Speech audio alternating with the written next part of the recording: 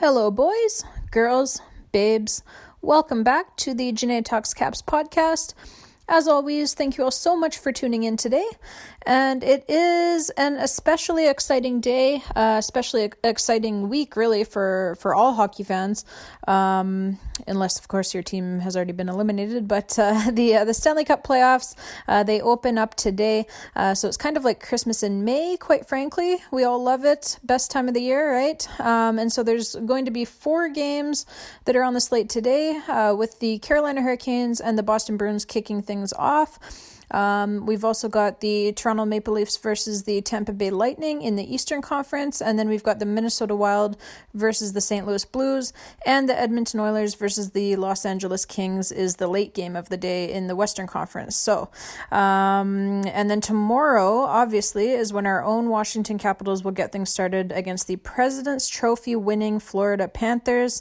That game goes at 7:30 p.m. Eastern Time. 4:30 p.m. Pacific time, and that game, of course, will be held in Florida. And tomorrow, we've also got a Metropolitan Division matchup of the New York Rangers versus the Pittsburgh Penguins. And then in the Western Conference, we've got the Colorado Avalanche versus the Nashville Predators, and finally the Calgary Flames versus the Dallas Stars. So, I really like what the NHL has done here with the schedule for these playoffs, for this season, and that they've kind of staggered things out pretty nicely for us fans. So we've got 4 series starting one day, and then the other 4 series will start the next day, right? So they've staggered the start times as well, so that, for example, in the Eastern Conference, one East matchup will start at 7 p.m. and the other one will start at 7:30 p.m. So same thing in the Western Conference, where the first matchup will start at 9:30 p.m. Eastern Time, and the next matchup will again start a half hour later at 10 p.m. Eastern Time. So I like seeing that because, that's really been a common complaint amongst NHL fans over the last so many seasons, is that the league's scheduling would have all of these games starting at the same time, at the exact same time. And so we'd be trying to watch 3 different games at once. And then once those 3 games end, then we have nothing else to watch for the night, right? So the NHL has listened to their fans for once, and that is a subtle change that I think will make the playoffs even better for all fans this season. Like I said, already the best time of the year, obviously, but a subtle little change like that serves to improve it even further. So a job well done for once by Gary Bettman. But hey, even a blind squirrel finds a nut once in a while, just by sheer luck. Am I right? Okay, so anyways, we are going to go heavy into talking about the Capitals' first round matchup with the Florida Panthers on today's episode. We'll be doing a kind of a little series preview, if you will. And as we mentioned, the Florida Panthers are this season's President's Trophy winners as the best team in the NHL during the regular season. Keywords there, obviously, being regular season. Caps fans know from experience just how little that President's Trophy actually means once the real season, i.e. the playoffs, begins. And so the Caps will look to come out on top as the heavy underdog in this series. So why don't we start here with just kind of a basic tale of the tape for these two teams. So we'll start with the Florida Panthers, for Caps fans who maybe aren't super familiar with the Panthers, as they do play in the Atlantic Division, not in the Metropolitan Division with our Caps. So we saw them against our Caps just 3 times this regular season. And this will be the first ever playoff series between the two teams, by the way. So most of that, of course, is due to the fact that the Panthers, historically, they haven't usually been in the playoffs. And when they have been in the playoffs, they haven't gone very far at all. In fact, the Panthers, they haven't won a playoff series since the 1990s, 1996 to be exact, when I was just 5 years old. So that's a long time ago, folks. So the Panthers will run down it all here. Obviously, they finished first in the entire NHL in the regular season standings, winning the President's Trophy, as we mentioned, with 122 points. Offensively, they've been an absolute juggernaut this season. First in the entire NHL with 4.11 goals scored per game. That is an entire third of a goal better than the next closest team. Which is to say it really wasn't close at all. Shots generated per game, again, they are first in the entire NHL. They generate 37.3 shots per game on average. And if you want to get a further breakdown of where they're getting their goal scoring, at even strength this season, they were the highest scoring team in the entire NHL.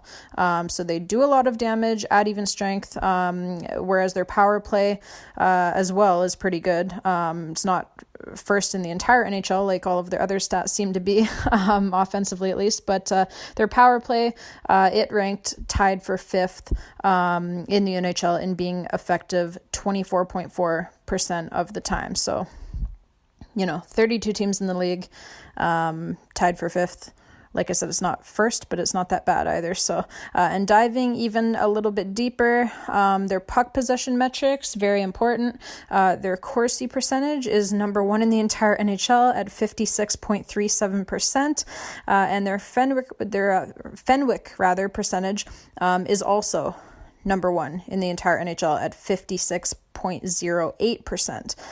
So, you probably get where this is going, as there is a lot of number one in the entire NHL stats here for the Panthers offensively. The Caps obviously will have to play a committed and near perfect execution-wise defensive game in order to slow down the Panthers' prolific offense. But we'll get to that a little bit later here. The Caps are no slouches offensively themselves, obviously. They also rank in the top 10 in the NHL in most of these categories, especially at even strength. They've been very, very good. And we know the power play numbers for the regular season as a whole aren't necessarily pretty. But if you're a Caps fan, then you also know that a lot of that was in large part due to the big time injuries that the Caps had throughout the season. With key power play pieces such as Nicklas Backstrom and TJ Oshie missing extended periods of time this season. But since the Caps have got those guys back, since March 1st, the Caps have had a top 5 power play in the NHL once again. So it's definitely more important to look at who's healthy right now, versus looking at the numbers for the regular season as a whole. But yeah, basically, the point is, the Caps certainly aren't slouches offensively, but this Florida Panthers offense right now is like historically good, basically. If you think back to like the 2009-2010 Caps, they remind me of that team a lot. Like that Caps team, obviously, where Alex Ovechkin had 50 goals and 109 points in only 72 games. Nicklas Backstrom had 101 points that season. Alexander Semin scored 40 goals. And Mike Green on the back end was also over a point per game as well. So if you remember that President's Trophy winning Capitals squad, that's basically what these Florida Panthers are. They remind me a lot of that Capitals team. But if you remember that Capitals team, then you will certainly also remember that they lost as the President's Trophy winners in the first round to the lower-seeded Montreal Canadiens, because it's the Stanley Cup freaking playoffs, right? And literally anything can happen, especially in the first round. We see that time and time again. Now, of course, unless one of Ilya Samsonov or Vitek Vanacek is planning on going full Yaroslav Halak Jesus mode in these playoffs, then the Caps are going to have to play some better defense than the Habs did in that series. The Caps were getting like 50 plus shots a game in that series. But anything can happen. It's the playoffs, like I said, and that's the beauty of this time of year. But anyways, we'll get to what the Caps need to do in this series, but first let's finish looking at the Panthers' numbers. So, their leading goal scorer is Alexander Barkov. He scored 39 goals this season.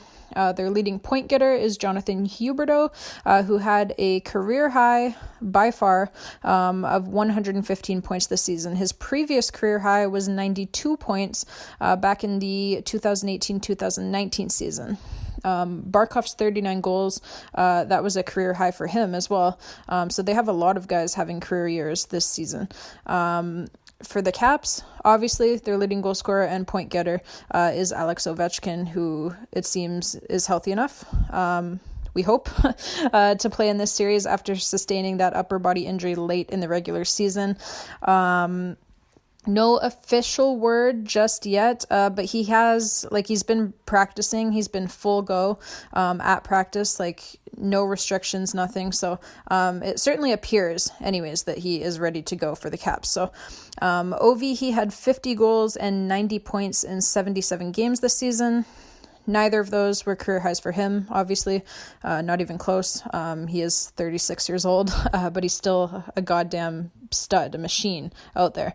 And defensively, and this is very interesting to me anyways, these two teams, the Capitals and the Panthers, they were actually literally deadlocked this season in a tie for 12th place in the NHL with 2.95 goals against per game. But when you look a little bit deeper, they did it in very different ways, with the Panthers relying more on the goaltending of Sergei Bobrovsky and Spencer Knight, and the Caps relying more on really just not giving up any shots against. The Caps were 5th in the entire NHL this season in allowing just 29 shots against per game. That's tied with a team that gets a lot of defensive credit from the media in Daryl Sutter's Calgary Flames. But of course, the Caps are giving up about half a goal per game more than the Flames do, because, one word, goaltending, right? The Flames, they have obviously Jacob Markstrom, while the Caps, they do not have Jacob Markstrom. Let's just put it that way. I'll leave it at that before I say something mean about our goaltending. Want positive vibes only heading into this playoff series.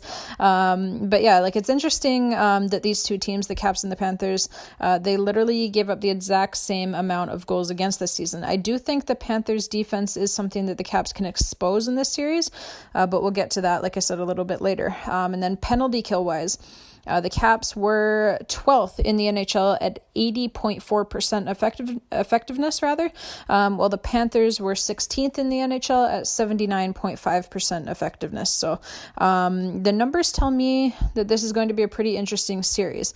And like I had alluded to, there are some areas where I think that the Caps can expose the Panthers, assuming, of course, that the Caps are actually going to show up to play in this series. That's probably the biggest thing for me as we get ready to open this series is which version of the Washington Capitals is going to show up, because when they're on their game, they can beat anyone. When they're not on their game, however, they look like they should be playing in a beer league, right? So it'll be up to them. I think they actually have a really good shot at taking down the Panthers if they show up and execute. So what are the Caps going to have to do? What do they need to execute on in order to beat this Panthers team? Well, I'm going to give you the 5 keys to this series for the Caps, areas that they can expose, things that they need to do well in order to win this series against this particular team. And the good news is that most of these 5 things are just typical Caps hockey when they're playing well, but they need to play well. That's the key, right? You can't take shifts off against this Panthers team. So number one, the number one key for me, not only in this series, but usually in just about any series, but certainly in this series, the number one key for me is the goaltending. And that's the goaltending on both sides, by the way, at both ends of the rink. Whether it's Ilya Samsonov or Vitek Vanacek for the Caps, and assuming that it's Sergei Bobrovsky for the Panthers, the Caps need their goalies to make some saves. Something that, to be honest, they kind of struggled with at times during the regular season. But it's the playoffs now, and all will be forgotten if you play well in the postseason. I can guarantee you none of us are going to be giving Samsonov or Vanacek a hard time at all about the regular season if they show up and play well in the postseason. That's what Braden Holtby was, right? He was Mr. Playoffs. We didn't really care what he did in the regular season because we knew it didn't matter. So for Samsonov and Vanacek, one of you, both of you, please, for the love of God, somebody just make a save. And on the Panthers side, Bobrovsky, we know he's certainly struggled in the playoffs in the past. Great regular season goalie. Make no mistake about that. But he does really tend to struggle in the postseason for whatever reason. So you definitely want to get to him early. The Caps have had no problem scoring on him in the past, whether it be in the regular season or whether it be in the postseason. So I'm sure that that's already probably in his head a little bit. And if it's not, then make sure that you put it in his head early by scoring some goals on him early in the series. Like, make him sweat a little bit. There's a lot of pressure when you're the President's Trophy winning team. Make them feel it. Make Bobrovsky feel it. And hey, if you missed it a couple of weeks ago, we did do a great deep dive episode on the goaltending picture in the playoffs in the Eastern Conference, including Bobrovsky and including the Caps goalies as well. So go ahead and check that one out after you've finished here with this episode. If you did want a more kind of in-depth look at the goaltending. We're not going to get into it too deep on today's episode, only because we already talked about it a couple of weeks ago and not much has changed since then, quite honestly. Okay, so key point number 2 for the Caps in this series is playing a structured defensive game. Getting pucks out, limiting mistakes. And the biggest thing is you have to do it for 60 minutes against this Panthers team, against this Panthers offense. So what I want to see for 60 minutes each night, every night, is a 5-man unit on defense. The forwards helping out the defensemen, back check hard and back check smart. Pick up that trail guy coming in late to our zone for the Panthers. They do that a lot. Cut them off at the blue line every time you can. Frustrate them, right? Like, limit your turnovers. The Panthers are a big rush team. They live and die by their rush offense. So if we're not giving it to them, then they're going to have a very tough time. They're not a dump and chase, forecheck, score off of the cycle team. They're not. They like rush goals. So if the Caps can stand them up at the blue line most times, and like I said, limit your turnovers, then life is going to get miserable pretty quickly for the Panthers in this series. The perfect example of what I'm talking about with this, if you're having a hard time like visualizing it, is the game that the Caps had played recently in Colorado against the Avalanche. The Avs, offensively speaking, are a very similar team to the Panthers. They like to do a lot of the same things offensively that the Panthers do. And the Caps, they were able to completely shut the Avs down in that game because they played as a 5-man unit on defense. Everybody was involved. Everyone was committed. That's what we need. That's what it's going to take 4 times over to win this series. Basically, just don't give them any free offense, right? Like, make them work for it and watch them get frustrated like so many rush offense reliant teams do in the Stanley Cup playoffs year after year after year. We see it time and time and time again. Key number 3. Get back to Caps hockey on the forecheck. Play heavy, use your size, use your strength, use your physicality. Basically, just beat the shit out of them, right? Like, seriously though, that's an advantage that you have over almost every team in the league. You have to use it.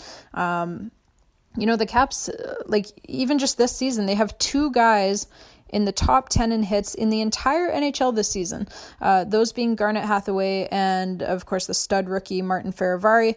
And that doesn't even mention a guy like Tom Wilson, who obviously missed some games this season, but who is regularly a part of that top 10 list each season as well. So you can definitely put him in with that group of guys as well. And so can you for a guy like Alex Ovechkin as well, playing the other wing. All 6'3", 240 pounds of him. So you have to use this to your advantage because it is a big advantage. Using your physicality will create a lot of space.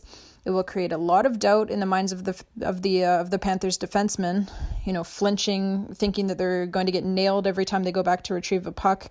And that's in turn going to create a lot of offense for you. So it's one of the underrated things in the playoffs, but it's also going to wear down the Panthers players over the course of a 7-game series, right? And that's something, again, that we've seen over and over and over again in the Stanley Cup playoffs. It makes a big difference.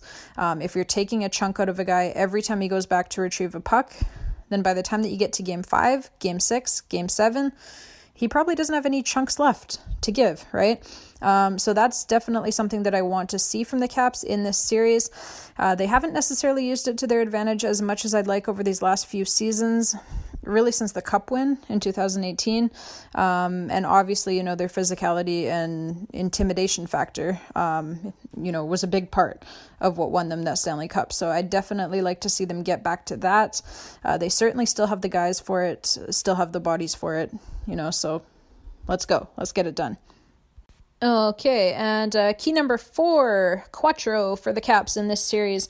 Something that I do think they can really expose and use to their advantage, as it is a significant weakness in the Panthers game, is faceoffs.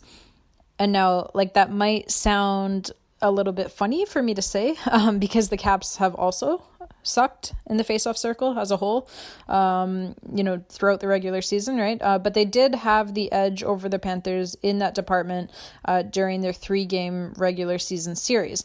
And I would bet that the Caps can have the edge again in this playoff series, assuming, of course, that all of their centers stay healthy enough to be on the ice.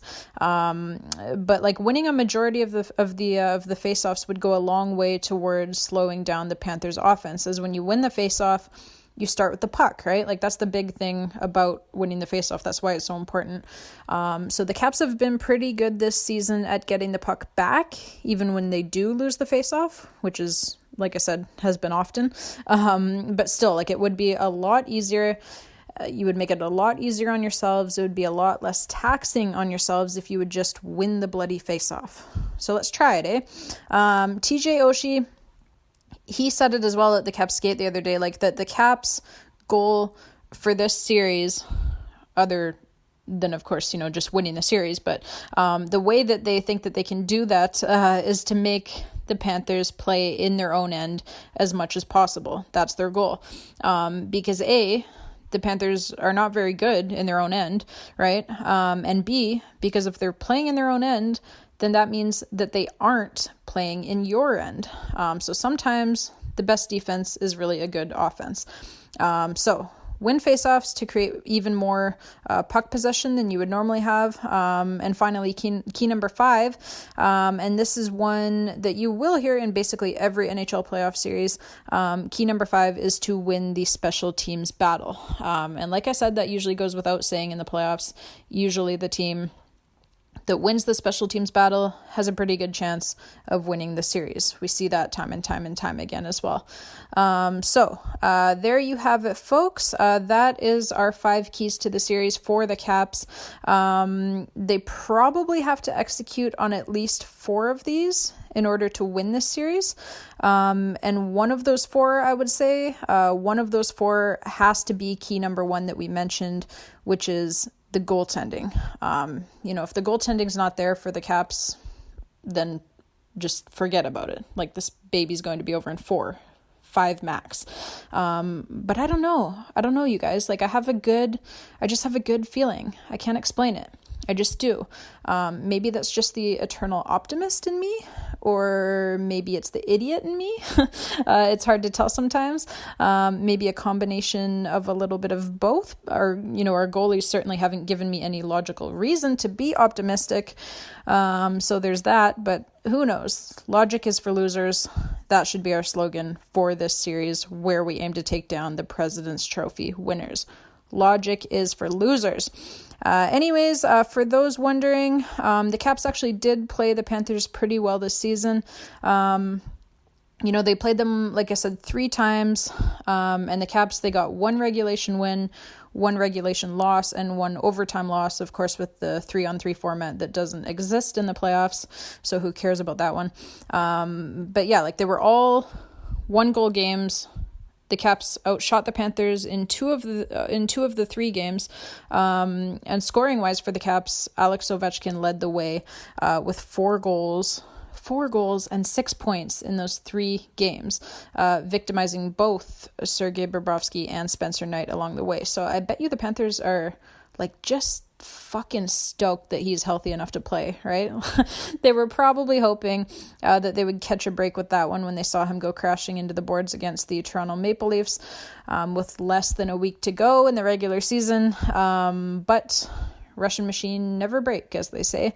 So that's all we've got for you today, Caps fans. Obviously, on next week's episode, we'll be talking about some actual playoff games that have happened since now.